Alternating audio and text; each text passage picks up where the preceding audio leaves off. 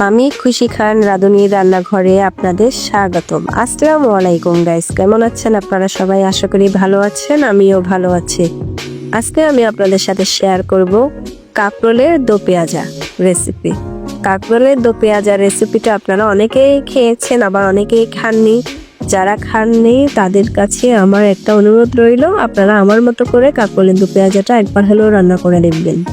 চলুন আমি কিভাবে রান্না করি দেখিয়ে দিই। এখানে আমি 4টি কাঁকরোল নিয়ে নিয়েছি, এখন এগুলো কেটে নেব। পেঁয়াজ কেটে নিচ্ছি,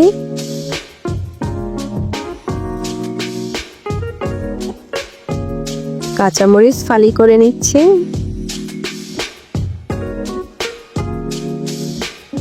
ধনেপাতা ধুয়ে কুচি কুচি করে কেটে নিচ্ছি,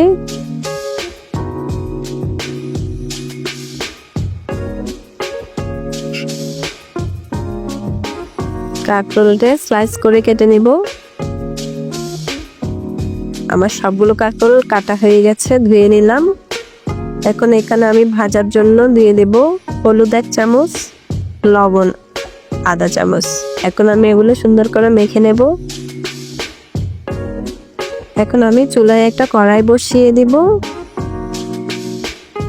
কড়াইয়ের মধ্যে তেল দিয়ে দিব। তেলটা গরম হয়ে এলে দিয়ে দিব কাঁকরোলগুলো।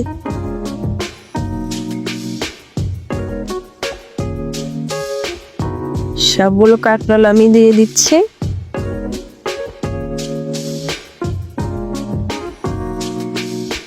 এখন কাঁকরোলগুলো ভেজে নেব ভালোভাবে। এক পিঠ হয়ে এলে আমি উল্টিয়ে দিচ্ছি।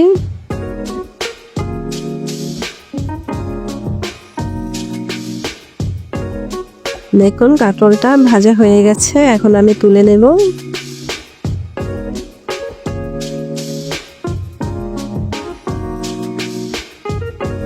সবগুলো কাঁকরোল আমি এভাবে ভেজে তুলে নিব। এখন একই তেলে আমি দিয়ে দিলাম পেঁয়াজ কুচি, দিয়ে দিলাম কাঁচামরিচ ফালি। এখন একটু নেড়ে চেড়ে দেব।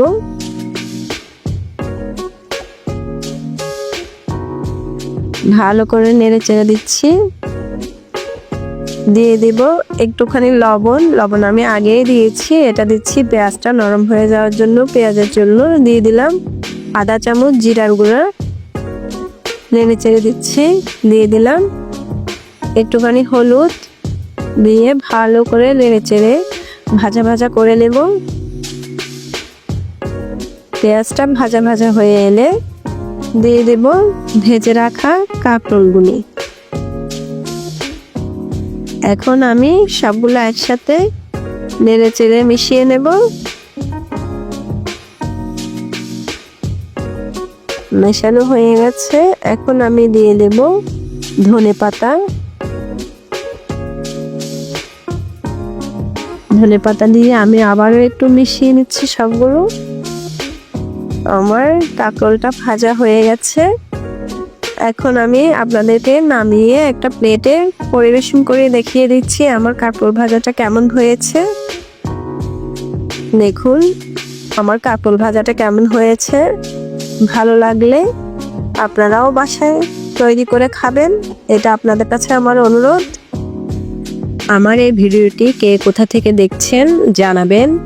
ভিডিওটি ভালো লাগলে লাইক করবেন, কমেন্ট করবেন, শেয়ার করবেন, আর অবশ্যই সাবস্ক্রাইব করে আমার পাশে থাকবেন। সুস্থ থাকবেন, ভালো থাকবেন, নিজের যত্ন নেবেন, বাচ্চাদের যত্ন নেবেন। আল্লাহ হাফেজ।